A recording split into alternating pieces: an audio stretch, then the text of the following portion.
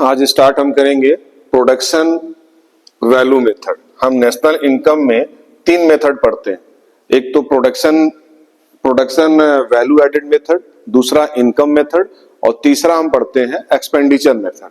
बस आपको ये ध्यान रखना है कि हम production method as a producer समझ के मेथड को हम पढ़ेंगे, income method as a consumer समझ के मेथड इनकम पढ़ेंगे, हमारी इनकम कैसे, और एक्सपेंडिचर जो हम खर्च करते हैं और इंडिविजुअल भी होगा, प्राइवेट भी होगा और गवर्नमेंट भी खर्च करती है। तो इस तरह के अगर आप पहले माइंड सेटअप करें कि हमको ये तीनों मेथड को पढ़ना है और इसका कैसे पढ़ना है और कैसे इसको सॉल्व करना है, तो सबसे पहले कुछ स्टेप मैं बोलूंगा, 1 by 1 स्टेप को पहले आप रीड करिए। First of all, you identify and classify the production unit into primary, secondary and territory sector. 3 he sector होते हैं, primary sector, secondary sector and territory sector. तो सबसे पहला काम हम प्रोडक्शन वैल्यू मेथड में हम 3 कैटेगरी में हम आइडेंटिफाई करेंगे कि वो जो प्रोडक्ट है वो प्राइमरी सेक्टर का है, कि सेकेंडरी सेक्टर का है, कि टेरिटरी सेक्टर का है।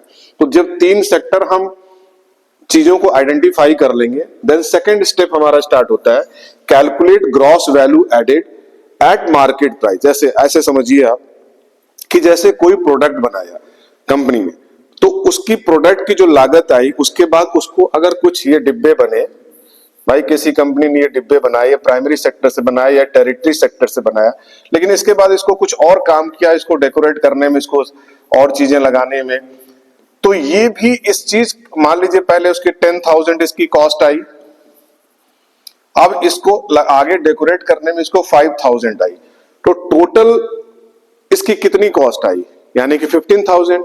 और एक्चुअल हमारी कितनी वैल्यू ऐड की गई, पहले हमारी 10,000 थी, अब उसमें हम कितना ऐड किए, तो यानी कि 5,000। तो कैसे निकाला आपने, यानी कि आपने 15,000 से अपनी 10,000 को माइनस कर दिया टोटल अमाउंट से, टोटल वैल्यू एडेड से, तो आपकी एक्चुअल आएगी कितना, उसमें आपने वैल्यू को ऐड किया। जैसे अब किसी कंपनी ने अगर अपने प्रोडक्ट को तैयार किया और उस पर गवर्नमेंट ने कोई टैक्स लगा दिया, सबसे आपकी कहिए कि आपकी एक्साइज ड्यूटी लग गई, सेल्स टैक्स लग गया, तो उस प्रोडक्ट पे वो प्रोड्यूसर और भी एड ऑन करेगा, तो उसको हम कहते हैं वैल्यू एडेड। जैसे देखिए सेकंड स्टेप क्या है, calculate gross value added at market price. उसको हम मार्केट प्राइस कहेंगे। जब हमारे प्रोडक्ट में जो भी गवर्नमेंट ने उस पर टैक्स के रूप में लिया, या एक्साइज ड्यूटी के रूप में लिया, सेल्स टैक्स के रूप में लिया, जो भी टैक्स लिया वो भी उसमें ऐड होगा, तो उसको हम मार्केट प्राइस कहेंगे, जिसको कहते हैं gross value added at market price of each sector. सभी सेक्टर में, primary sector, secondary sector and territory sector, and sum total of GVAMP, यानी gross value added at market price of all sector. उसके बाद हम तीनों sector के जितने भी वैल्यू एडेड हुए, चाहे प्राइमरी सेक्टर में हुआ, सेकेंडरी सेक्टर में हुआ, टेरिटरी सेक्टर में हुआ, सबके वैल्यू को एट ए मार्केट प्राइस को हम जोड़ देंगे, तो उसको हम कहते हैं, एक हम इस तरह का सिंबल देते हैं GDPMP, यानी कि GDPMP इज इक्वल टू सिग्मेशन GVAMP। इस साइन का मतलब हुआ sum of that all sector, primary sector, secondary sector and territory sector. तो सेकेंड स्टेप आप इस तरह इसको प्रोडक्शन वैल्यू एडेड मेथड में आइडेंटिफाई करेंगे, इसको जोड़ देंगे। इसके बाद जब तीसरा जो आपका कन्वर्जन होता है, वो चीजों को खाली समझने के लिए है कि मेन आपने वैल्यू ऐड कर लिया, जो भी उसकी प्रोडक्ट एक्चुअल प्रोडक्शन था प्रोड्यूसर ने जो बनाया, और उसमें एट ए मार्केट प्राइस जो उसमें जुड़ गया, जो उसकी टैक्स के रूप में पे करना पड़ा, उस हर सेक्टर को अगर हम ऐड कर देंगे तो वही हमारा ग्रॉस वैल्यू एडेड प्रोडक्ट हो जाएगा, जिसको हम GVAMP यानी ग्रॉस वैल्यू एडेड। और इसी को जब हम सारे सम को जोड़ देंगे, सारे सेक्टर को जोड़ देंगे एट ए मार्केट प्राइस पे, तो वही हमारा सिग्मा GVAMP कहते हैं, यानी कि GDPMP gross domestic product at market price is equal to sigma या summation of GVAMP gross value added at market price. Conversion जब हम करेंगे, तो जब हम कन्वर्जन करते हैं तो क्या करते हैं, जब हम NP लगाते हैं और GDP निकालना है, तो उसमें क्या करते हैं, हम सब्ट्रैक्शन करते हैं, यानी कि कैलकुलेट डोमेस्टिक इनकम NDPFC। अगर हमको NDPFC निकालनी है, GDP डोमेस्टिक इनकम से हमें NDP निकालनी है, तो हम क्या करते हैं, उसमें से वो सबट्रैक्ट करते हैं, यानी कि डेप्रिसिएशन, अमाउंट ऑफ डेप्रिसिएशन और नेट इनडायरेक्ट टैक्स को जब हम माइनस करेंगे तो हमारा क्या निकल आएगा, एनडीपीएफसी, एनडीपीएफसी निकल आएगा। देखो जीडीपीएमपी minus depreciation minus net indirect tax, ये हमने पहले भी आपको बेसिक कंसेप्ट ऑफ कन्वर्जन बताया था, ये आ गया। तो जब हम जीडीपीएमपी निकाल लेंगे तो उसके बाद हम एनडीपीएमपी निकालेंगे, जिसमें हमें सब्ट्रैक्शन करना होता है डेप्रिसिएशन को और नेट इनडायरेक्ट टैक्स को, इससे हमारा एनडीपीएमपी निकल आएगा। तो first of all you identify the production method, पहले तो हम प्राइमरी, सेकेंडरी और टेरिटरी के रूप में उसको आइडेंटिफाई करेंगे। दूसरा, उसमें जो भी मार्केट प्राइस, जो भी वैल्यू ऐड की जा रही है, जो भी वैल्यू उसमें ऐड हो रहा है, उसको हम ऐड करो, हर सेक्टर का ऐड करने के बाद उसको हम टोटल कर देंगे, तो हमारा वही gross value added at market price जो है, वही समीशन जो होता है, उसी को हम जीडीपीएमपी कहते हैं, gross domestic product at market price. और जब हमको एनडीपीएमपी निकालना होता है प्रोडक्शन मेथड से, तो हम उसमें क्या करते हैं कि हम डोमेस्टिक में से सबट्रैक्ट कर देंगे डेप्रिसिएशन को और हमारा नेट इनडायरेक्ट टैक्स को माइनस कर देंगे, तो हमारा एनडीपीएफसी निकल के चला आएगा। तो ये आपका मेन कंसेप्ट हुआ इसका। अब क्वेश्चंस दिए हुए हैं, जैसे calculate national income NNPFC by adding the amount of net factor income from abroad to domestic income and NNPFC. जब हम जब एनएनपीएफसी निकालेंगे तो हम क्या करते हैं कि net factor of from NFIA जो कहते हैं, तो इसको हम ऐड कर देंगे एनडीपीएफसी में। हम एनएफआईए जिसको कहते हैं net factor from abroad, NFIA जो है net factor income from abroad to domestic income, ये हो जाएगा फॉर्मूला। तो इसका फॉर्मूला हो जाएगा GVMP is equal to value of output minus intermediate consumption, क्योंकि इंटरमीडिएट कहीं भी इंटरमीडिएट कंजम्पशन को हम नेशनल इनकम में ऐड नहीं करते हैं, इसलिए इंटरमीडिएट कंजम्पशन जो है हमारे वैल्यू ऑफ आउटपुट से माइनस कर दिया जाएगा, तो जीवीएमपी हमारा निकल के आ जाएगा। कुछ इसके साथ प्रिकॉशन लेने होते हैं। क्या क्या प्रिकॉशन है प्रोडक्शन वैल्यू एडेड मेथड में? तो सबसे पहले तो प्रिकॉशन ये है कि इंटरमीडिएट गुड्स जो है expenditure are not included in national income. Intermediate goods जो है एक्सपेंडिचर के रूप में जो भी हम खर्च कर रहे हैं वो हमारे नेशनल इनकम में ऐड ऑन नहीं होगा। दूसरा जो प्रिकॉशन है, sale and purchase of second hand goods are not included in national income, क्योंकि ऑलरेडी उसका एक जब वो प्रोडक्शन, क्योंकि फर्स्ट टाइम प्रोडक्शन की जो इनकम होती है वही नेशनल इनकम में शामिल होता है। अगर हम सेकेंड हैंड उस चीज को दोबारा अगर हम चीजों को ऐड करेंगे तो वो सेकेंड हैंड माना जाएगा। सेल और परचेज, दोबारा हम उसको बेच रहे हैं या खरीद रहे हैं, तो सेकेंड हैंड जो भी वस्तु है उसको हम नेशनल इनकम में शामिल नहीं करेंगे। तीसरा प्रिकॉशन लेना है, production of services for self consumption are not included. जो प्रोडक्शन हम अपने के लिए करेंगे, production of services for self consumption, service की बात यहां कर रहा है, यहां ध्यान रखिएगा।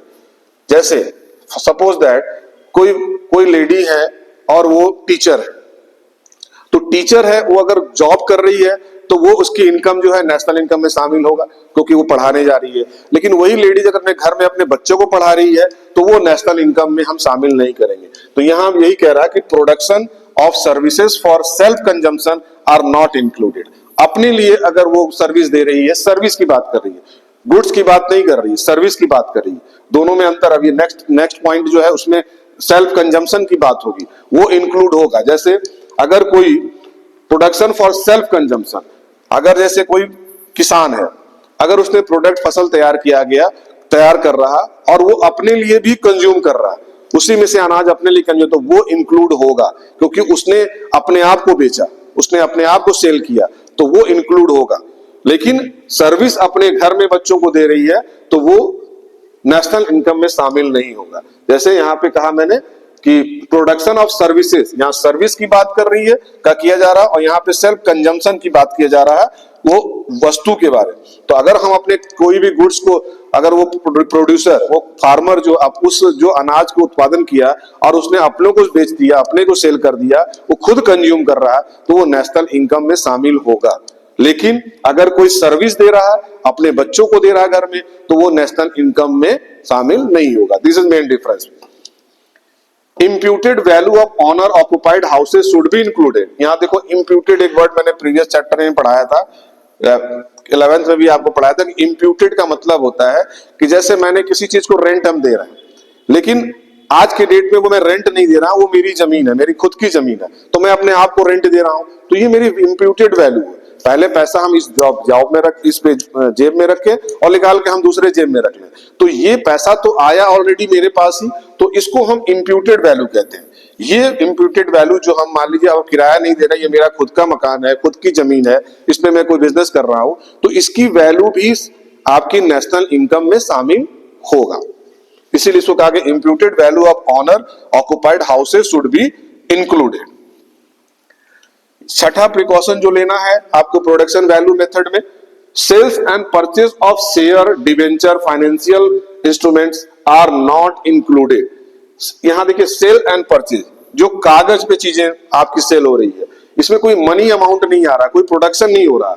यहां पे क्या सेल एंड परचेज ऑफ जो भी बेचा जा रहा है या खरीदा जा रहा है, शेयर है, डिवेंचर्स हैं, ये सब क्या फाइनेंशियल जो भी डॉक्यूमेंट्स हैं, इंस्ट्रूमेंट्स हैं, ये इंक्लूड नहीं होगा, क्योंकि ये पेपर की कार्रवाई है, पेपर पे सब चीजें हैं, कोई प्रोडक्ट नहीं तैयार हो रहा, इसलिए इसको हम नेशनल इनकम में शामिल नहीं करेंगे। दैट मीन्स कि sale and purchase of share, debentures, financial instrument are not included since they are only paper claim, no actual production. देखिए साफ साफ लिखा हुआ है कि ये केवल पेपर क्लेम है, यहां किसी तरह का प्रोडक्शन नहीं हो रहा, इसलिए ये नेशनल इनकम में शामिल नहीं होगा। आप देखिए, आप इसको समझिए कि फॉर्मूला ऐसे चार्ट मैंने बनाया है, जैसे GVAMP, GVAMP मतलब gross value added at market price, इसको हमें निकालना है, तो हम पहले ग्रॉस को हम समझें कि हमारी ग्रॉस वैल्यू आउटपुट क्या है, ये तो value added at market price, लेकिन इसको जब हम निकालेंगे तो टोटल जो हमारी आउटपुट आई उसमें से हम इंटरमीडिएट कंजम्पशन को हम माइनस करेंगे, तो हमारा निकल के आएगा GVAMP।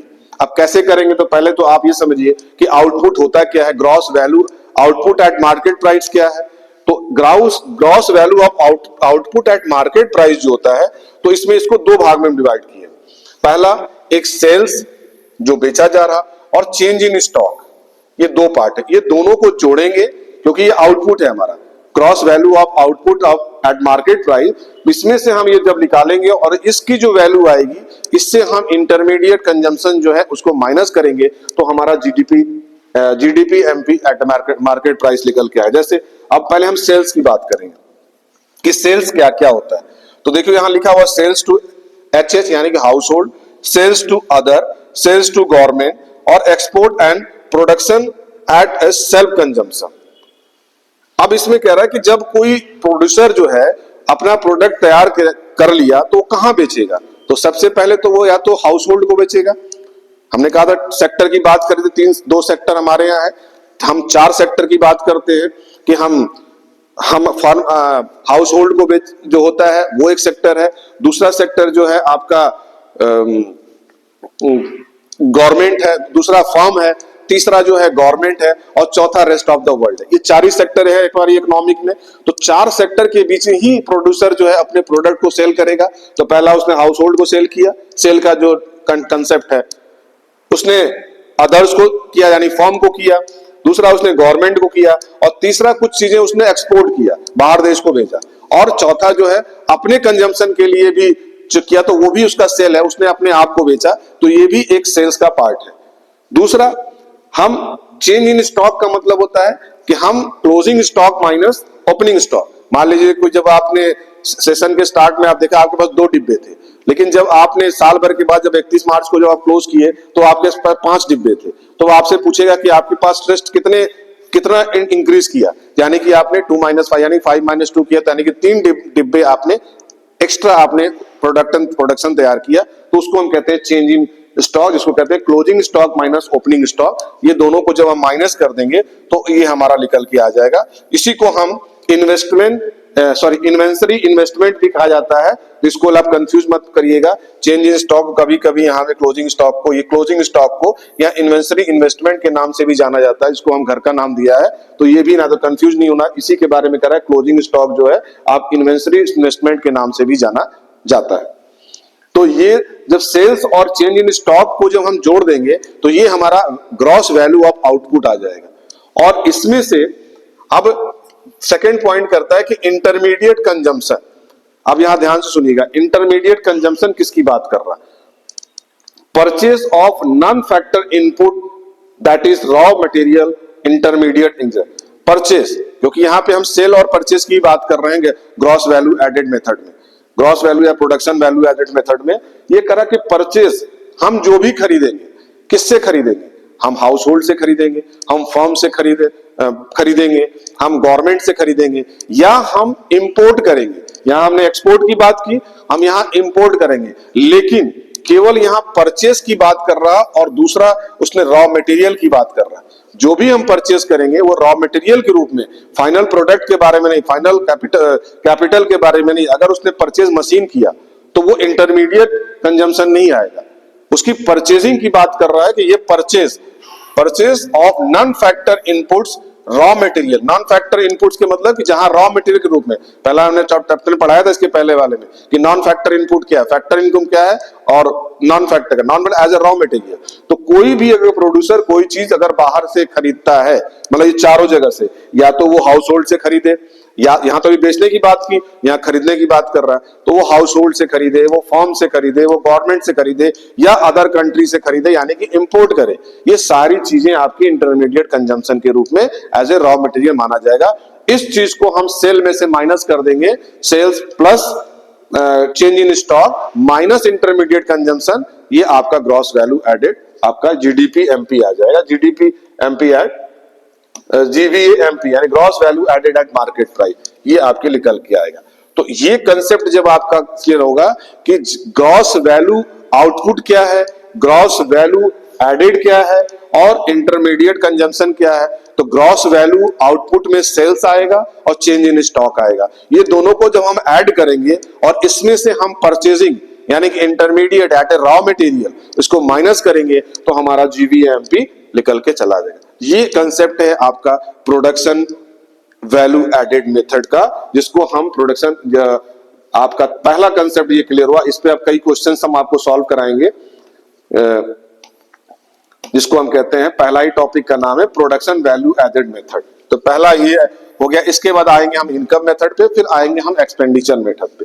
तो प्रोडक्शन वैल्यू एडेड मेथड को मैं फिर से आपको स्टार्ट से बता रहा हूं। Identify, first of all you identify कि वो उसमें क्या क्या चीजें दी हुई हैं। Identify and classify the production unit into primary, secondary and territory sector. कौन प्राइमरी सेक्टर का है, कौन सेकेंडरी सेक्टर का है और कौन टेरिटरी सेक्टर का है। तीनों सेक्टर को जब आइडेंटिफाई करेगा एज ए प्रोड्यूसर, तो उसमें किसकी कितनी लागत आई, क्या उसमें वैल्यू एडेड हुआ, कितना उसमें उसको डेकोरेट किया, जो भी उसकी लागत आ रही एट ए मार्केट प्राइस। मान ली उसने 100 रुपया उसकी लागत आ रही है, लेकिन उसको गवर्नमेंट को टैक्स देना पड़ रहा है, तो वो भी तो वैल्यू ऐड करेगा प्रोड्यूसर अपने प्रोडक्ट में। और जब वो वैल्यू को ऐड करेगा, जिस सेक्टर का हो, चाहे प्राइमरी सेक्टर का प्रोड्यूसर हो, चाहे सेकेंडरी सेक्टर का प्रोड्यूसर हो, चाहे टेरिटरी सेक्टर का प्रोड्यूसर हो, अगर वो कुछ भी प्रोडक्ट बना रहा है और उस पे उसकी जो लागत और एक्स्ट्रा आ रही है, तो वो अपने प्रोडक्शन में ही, अपने प्रोडक्ट में ही उस वैल्यू को ऐड करेगा। सीधा से ये समझना है। तो जब वो वैल्यू को ऐड करेगा, उसी के टोटल सम को हम जो क्या कहते हैं, GDP MP is equal to summation of GVAMP। Calculate gross value added at market price, GVAMP जो कहते हैं ब्रैकेट में दिया है, of each sector. Each sector का मतलब कि primary, secondary and territory, and sum total of GVAMP gross value added MP। सबके जो जोड़ लिया, उसने 100 जोड़ा, उस पे उसका टैक्स लगा, वो जोड़ लिया, सब सेक्टर के वैल्यू एड को सबको जोड़ लिया, उसी के सम को हम कहते हैं सिग्मा GVAMP, यानी कि GDP MP is equal to summation GVAMP। दूसरा जो कन्वर्जन हम करेंगे, क्योंकि जब GDP MP निकाल लेंगे, अब आपको NDP FC निकालना होगा, तो उसमें क्या करेंगे, डेप्रिसिएशन और नेट इनडायरेक्ट टैक्स को हम माइनस कर देंगे, तो हमारा NDP FC आ जाएगा। क्योंकि ND का मतलब, N का मतलब होगा नेशनल और G का मतलब हुआ ग्रॉस, ग्रॉस का मतलब घरेलू और नेशनल का मतलब कि राष्ट्रीय स्तर पे। तो जब नेशनल हम निकालेंगे, तो हम उसमें से अपना क्या करेंगे, डेप्रिसिएशन और नेट इनडायरेक्ट टैक्स को माइनस कर देंगे, तो हमारा NDP FC निकल आएगा। क्योंकि मार्केट प्राइस हमारी क्या है, हमारी मार्केट प्राइस जो गवर्नमेंट ने लिया, उस पे जो टैक्स लगाया उसको हमने इंक्लूड कर लिया। लेकिन जब हम नेशनल निकालेंगे फैक्टर कॉस्ट पे, तो हम उसमें क्या करेंगे, डेप्रिसिएशन और नेट इनडायरेक्ट टैक्स को माइनस कर देंगे, इसको हम कहते हैं कन्वर्जन मेथड, यानी कि बेसिक कंसेप्ट ऑफ कन्वर्जन। तो ये तो मेन कंसेप्ट ये है, लेकिन जब आपको एनडीपी एमपी निकालना, एफसी निकालना होगा, तो हम उसको जीडीपी एमपी में से हम डेप्रिसिएशन और नेट इनडायरेक्ट टैक्स को माइनस कर देंगे, तो हमारा एनडीपी एफसी निकल आएगा।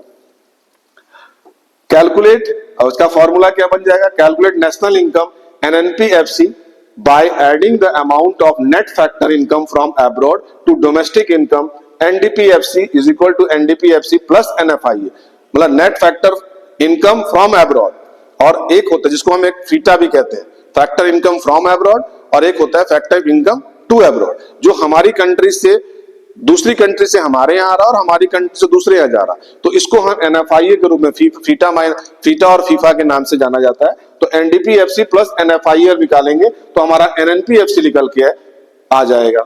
इसकी वैल्यू जब हम फार्मूला, ये इंपॉर्टेंट है, इसमें निकालते हैं, GVMP is equal to value of output minus intermediate consumption, वहां परचेसिंग की बात कर रहे हैं एज ए रॉ मटेरियल, हम उस आउटपुट में से अगर माइनस कर देंगे तो हमारा जीवीएमपी निकल के आ जाएगा।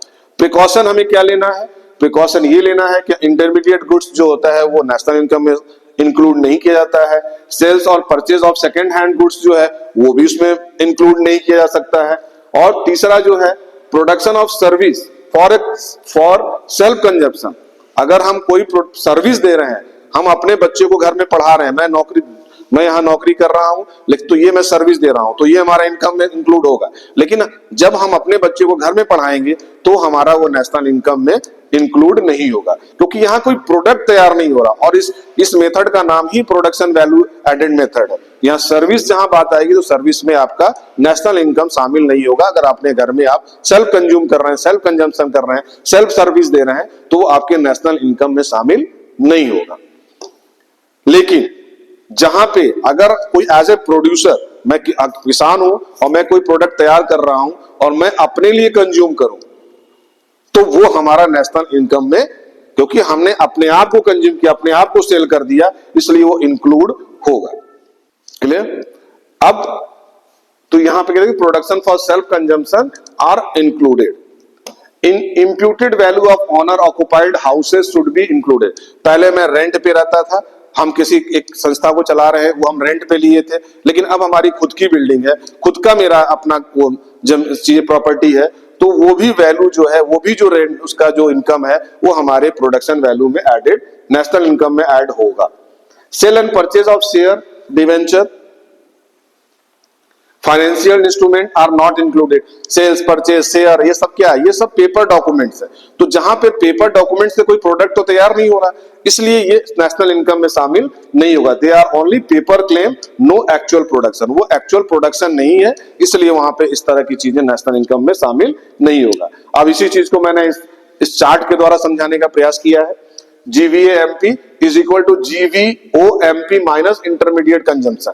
जीवीएमपी मतलब gross value at market price, और जीवीओ यहाँ ए है और वो है, ये एडेड वैल्यू की बात कर रहा, और वो ओ का मतलब आउटपुट, यानी कि gross value of output at a market price minus intermediate. अब gross value output at a market price होता क्या है, तो इसमें आता है सेल्स और चेंज इन स्टॉक। जब ये दोनों को जोड़ेंगे, यही हमारी एक्चुअल ग्रॉस वैल्यू आउटपुट होता है। तो सेल्स में हम किसको बेचेंगे, क्योंकि प्रोडक्शन है तो सेल की बात करेंगे, प्रोडक्शन है तो हम परचेज की बात करेंगे। तो प्रोडक्शन के साथ दो ही चीज जुड़ी हुई है, सेल और परचेजिंग, और इसमें दूसरा आपका चेंज इन स्टॉक। जो आपकी चीजें थी, जब उसकी क्लोजिंग और ओपनिंग करेंगे तो जो चीज बची हुई है वो दोनों सेल में ऐड हो जाएगा, वही को ग्रॉस वैल्यू एडेड कहते हैं।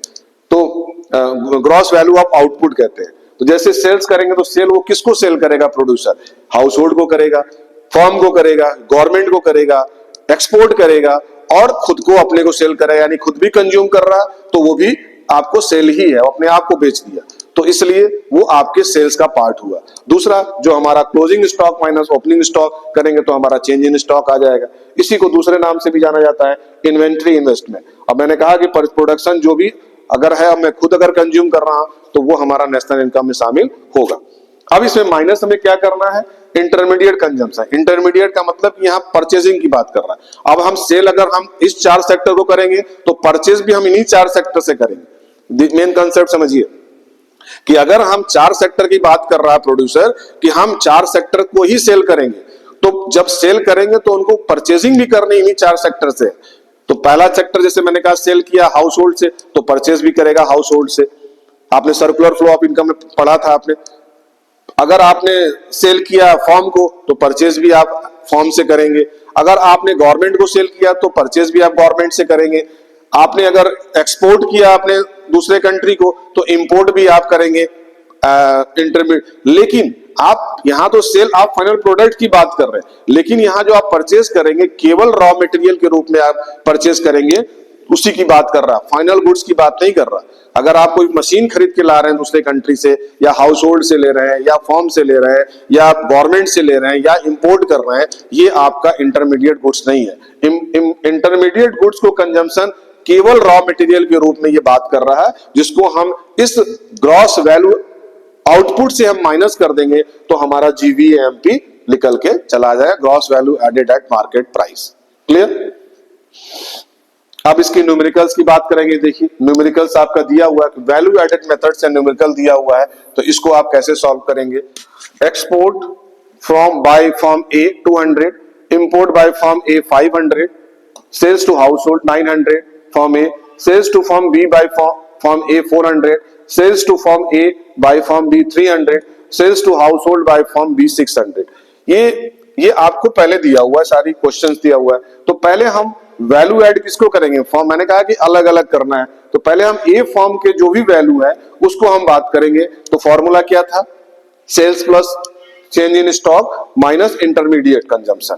ये फॉर्मूला, इसी फॉर्मूला को हमें सॉल्व करना है। तो आप सेल्स में देखिए जो ए फॉर्म सेल कर रहे हैं, यहां देखिए ये क्वेश्चन दिया हुआ है, एक्सपोर्ट बाय फॉर्म ए 200, यानी कि सेल हमारा 200 है ए के द्वारा, प्लस हमारा सेल्स में और क्या है, अब 900 क्या हुआ है, sales to household by form A, ये भी हमारा सेल्स है तो 900, और 400 देखिए sales to form B by form A यानी 400। ये तीन वैल्यू जो है सेल्स की बात कर रहा है, और चेंज इन स्टॉक की, सेल्स की जहां बात कर रहा है, तो ये दोनों को हम जब ऐड करेंगे, और इंटरमीडिएट कंजम्पशन हमारा जो है 500 है, ये देखिए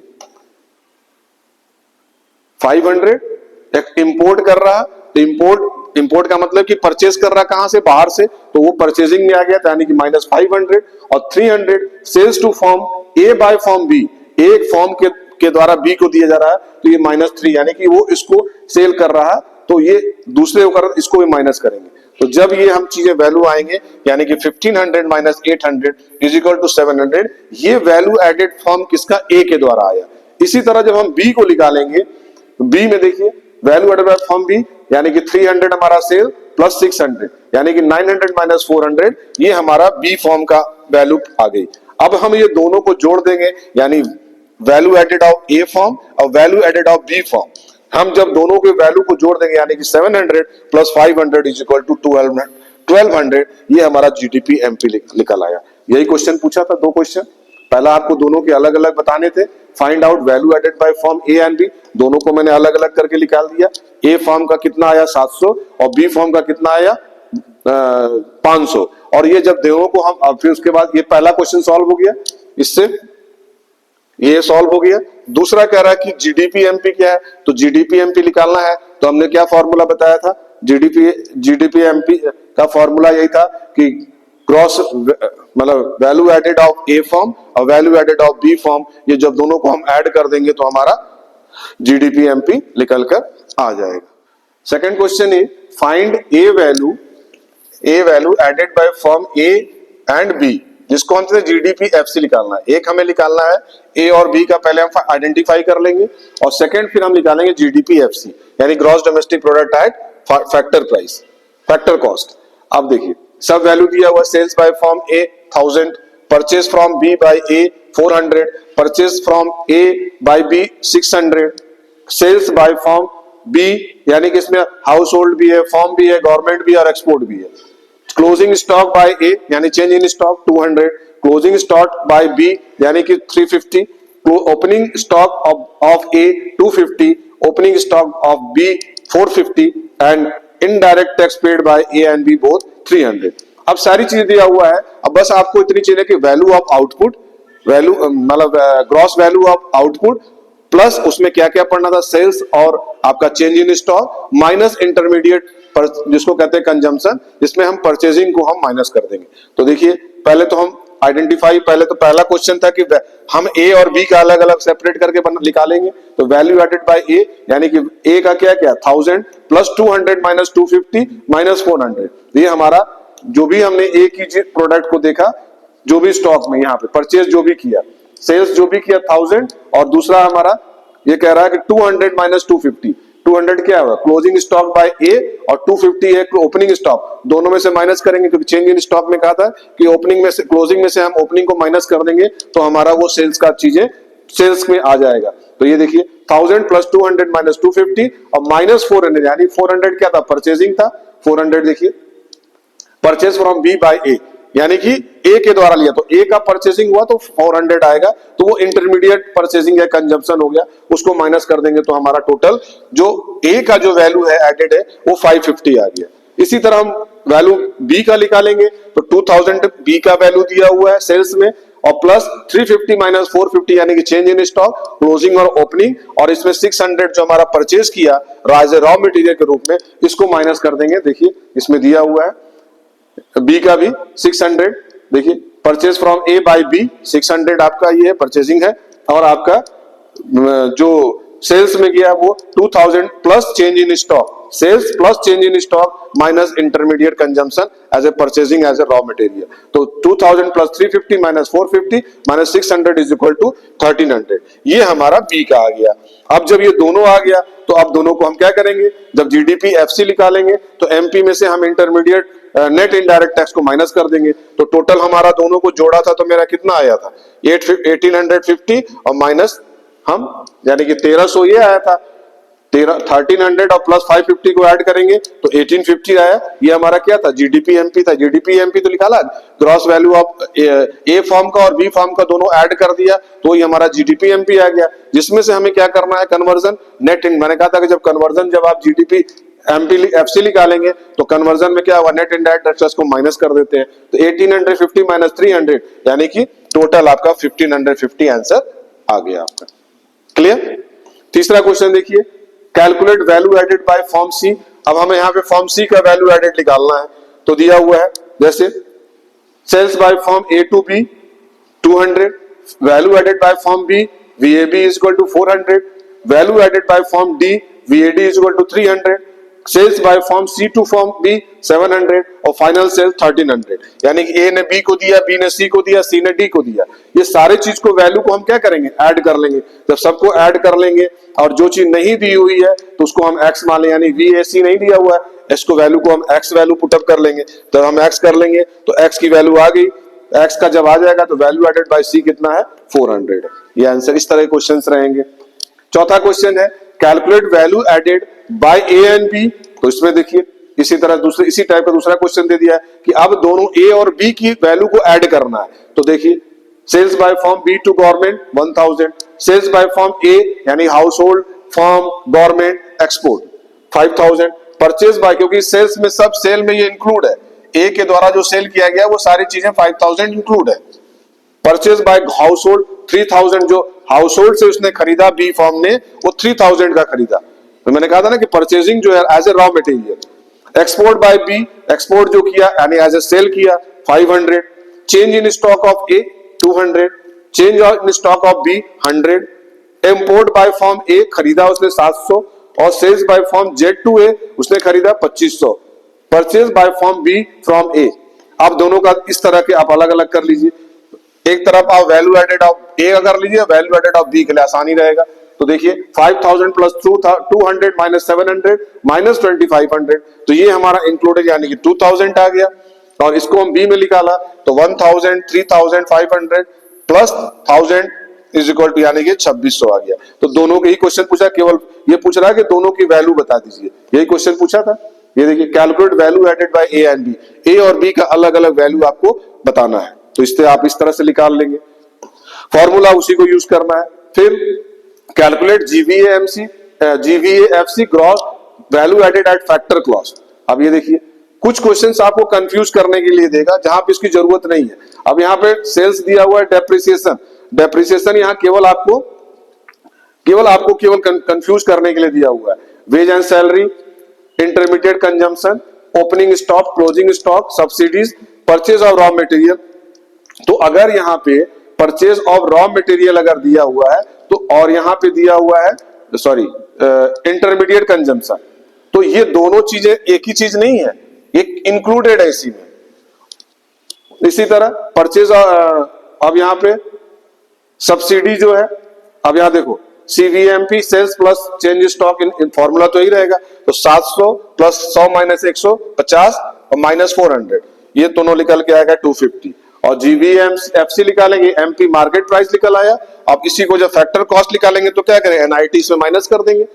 भाई जब हम मार्केट प्राइस निकालते हैं तो उसमें क्या करते हैं, जो भी वैल्यू हमारी ऐड हुई, जो भी हमारा कॉस्ट आया एज ए टैक्स के रूप में, तो वो हम उसको ऐड करेंगे। और जब हम उसकी फैक्टर कॉस्ट निकालेंगे, एक्चुअल फैक्टर कॉस्ट निकालेंगे, तो उसमें से नेट इनडायरेक्ट टैक्स जो मार्केट प्राइस के रूप में लगा था, नेट इनडायरेक्ट टैक्स मतलब आपका जो टैक्स लगा, उसी को माइनस कर देंगे तो आपका जीएपी एट ए फैक्टर कॉस्ट लिखा। मार्केट प्राइस जब आएगा तो उसमें एनआईटी इंक्लूड है, लेकिन जब आपके अगर फैक्टर कॉस्ट निकालेंगे तो उसमें एनआईटी हम माइनस कर देंगे। तो जीवीएमपी में हम एनआईटी माइनस कर देंगे 250 में। अब डायरेक्ट इनडायरेक्ट नहीं दिया तो आईटी दिया हुआ है, अब माइनस 0, आईटी का कुछ नहीं है, आईटी का फॉर्मूला। और कितना दिया हुआ है आपका, सब्सिडी दिया हुआ है, आईटी डायरेक्ट नहीं दिया हुआ है, सब्सिडी दिया हुआ है, तो सब्सिडी में हम 0 माइनस सब्सिडी कर देंगे, यानी 0 माइनस 50 कर देंगे तो हमारा एनआईटी आ जाएगा। यानी कि 250 minus 0 minus 50 is equal to 250 plus 50, ये आपका आंसर हो जाएगा, इज इक्वल टू 300। ठीक, ये आ गया। 6 क्वेश्चन है नेशनल जीवीएपी ए और बी का पहले निकालना है। पहला क्वेश्चन ये सॉल्व करेंगे, जब जीवीएमपी निकालेंगे ए और बी का, फिर दूसरा आप निकालेंगे एनएनपीएफसी। तो एनएनपीएफसी जब निकालेंगे तो आप कन्वर्जन मेथड यूज करेंगे। तो पहले आप ए और बी, अब यहाँ पे लिखा इनडायरेक्ट ये दिया हुआ है, परचेज ऑफ सब दिया हुआ है, जब आप निकालेंगे तो ए निकालेंगे, फिर बी निकालेंगे और जीडीपी दोनों को जोड़ देंगे, जीडीपी एमपी आ गया ये। और जब हम नेशनल इनकम निकालेंगे तो जीडीपी एमपी में से हम डेप्रिसिएशन माइनस कर देंगे तो हमारा निकल के आंसर आ जाएगा। 7वां क्वेश्चन जो है कैलकुलेट सेल फ्रॉम फॉलोइंग। अब ये दिया हुआ है, अब इसका सेल निकालेंगे। तो देखो एनवीएमपी यानी इंटरमीडिएट डेप्रिसिएशन इनडायरेक्ट सब दिया हुआ है, इंटरमीडिएट कंजम्पशन 200, एनवीएफसी 300। अब देखो और इनडायरेक्ट टैक्स जो है 20, चेंज इन स्टॉक माइनस 50। अब इसका निकालेंगे, क्योंकि सेल हमें दिया नहीं हुआ है, सेल हमें नहीं है, जीवीएमपी दिया हुआ है, इसको निकालना है हमें। Sales plus delta stock minus, formula यही है, लेकिन सेल यहाँ कहीं नहीं दिया हुआ। सेल कहीं आपको दिख रहा, इसमें कहीं सेल की बात ही नहीं कर रहा। इंटरमीडिएट कंजम्पशन, डेप्रिसिएशन, इनडायरेक्ट से चेंज इन स्टॉक, तो सेल को हम एक्स मान लेंगे और plus delta stock change in stock. तो चेंज इन स्टॉक को हम जब माइनस 50, ये देखिए चेंज इन स्टॉक माइनस 50 दिया हुआ है, और माइनस इंटरमीडिएट कंजम्पशन जो है आईसी जिसको लिया हुआ है तो 200 है, तो इंटरमीडिएट कंजम्पशन 200 दिया हुआ है, इसको जब निकालेंगे यहाँ तो आपका ये निकल आएगा, यानी कि GVMP is equal to NBFC. अब इसको वैल्यू पुटअप करो तो इसमें क्या आ जाएगा, जीवीएमपी दिया हुआ है, ये देखिए जीवीएमपी निकालना है तो एनवीएफसी दिया हुआ है, ये दिया हुआ है NBFC 300 plus 30 depreciation plus 20 NIT, इतना आ गया। अब इसको वैल्यू पुट कर दीजिए, जीवीएमपी आपका निकाला है 350, एक्स माइनस 50 माइनस 200, इसको निकाल एक्स की वैल्यू, ये आपका नेशनल निकल के चला है। ठीक, 8 क्वेश्चन, ये 3 मार्क्स के क्वेश्चन आया हुआ है, इसलिए आपको बता दूं। Calculate value of output from the following, ये सारी वैल्यू दी हुई है, इसी को फॉर्मूला में आउटपुट करेंगे तो देखिए आपका ये निकल आया। 9 कैलकुलेट एनवीएफसी, सब्सिडी दिया हुआ है, सेल्स दिया हुआ है, डेप्रिसिएशन दिया हुआ है, एक्सपोर्ट दिया हुआ है, क्लोजिंग स्टॉक दिया हुआ है, ओपनिंग स्टॉक दिया हुआ है, इंटरमीडिएट परचेज दिया हुआ है, purchase of machine for capital own use और इंपोर्ट ऑफ रॉ मटेरियल। अब इसका फॉर्मूला आप निकालेंगे तो अब ये देखिए सेल्स और एक्सपोर्ट दोनों चीज सेम चीज दिया हुआ है एक ही में, तो अब यहाँ पे इसको निकालेंगे, sales plus delta stock, formula यही है, sales plus delta change in stock minus intermediate consumption, इसको निकालेंगे तो पहले जीवीएमपी निकालेंगे, जब जीवीपीएमपी निकल आएगा तो आप एनवीएमसी निकालेंगे, तो यहाँ पे सीधे वैल्यू पुट कर देंगे तो आपका ये निकल आएगा। Last question of this production value added method, इसमें भी दिया कैलकुलेट जीवीएफसी। जब ये बार बार आप प्रैक्टिस करेंगे तब आपको आएगा, वन टाइम पे नहीं आ जाएगा कि आपको हमने बता दिया और ये चीजें आपको सीख जाए। ये जब बार बार आप प्रैक्टिस करेंगे कि इस तरह के क्वेश्चंस, कुछ क्वेश्चंस जानबूझ के कुछ आपके आउट यहाँ पे दिया हुआ वैल्यू दिया हुआ है जो कंफ्यूज करने के लिए, एक ही चीज को वो दोनों का मतलब एक ही होता है, लेकिन आपको वैल्यू दिया हुआ तो आप कंफ्यूज नहीं होंगे। आपका जब कंसेप्ट क्लियर होगा तो आप उस एक ही वैल्यू को पुटअप करेंगे, ना कि आप दोनों वैल्यू को ऐड कर लेंगे, तो फिर आपका सवाल गलत हो जाएगा। तो देखिए यूनिट्स दिया हुआ सारी चीजें, अब इसको उसी फॉर्मूला पे देखिए, हर जगह formula sales plus change in stock minus intermediate consumption, इसको पहले हम ये निकालेंगे, जब जीबीपीएमपी निकाल लेंगे तो हम उसकी एफसी भी निकाल लेंगे। एफसी में क्या करते हैं, एमपी में से हम एनआईटी या डेप्रिसिएशन या जो भी दिया होता है उसको माइनस कर देते हैं, तो हमारा जीबीएफसी। पहले मार्केट प्राइस निकालेंगे, देन फिर आप फैक्टर कॉस्ट निकालेंगे, gross value added of at market price और gross value added at factor cost. Production value method जो है ये निकल आया। अब इसके पास आपको हम जब स्टार्ट करेंगे तो इनकम मेथड हम नेक्स्ट वीडियो में आपको बताएंगे, नेक्स्ट क्लास में बताएंगे कि इनकम मेथड कैसे हम लोग निकालते हैं। तो प्रोडक्शन वैल्यू एडेड मेथड आपने आज समझ लिया।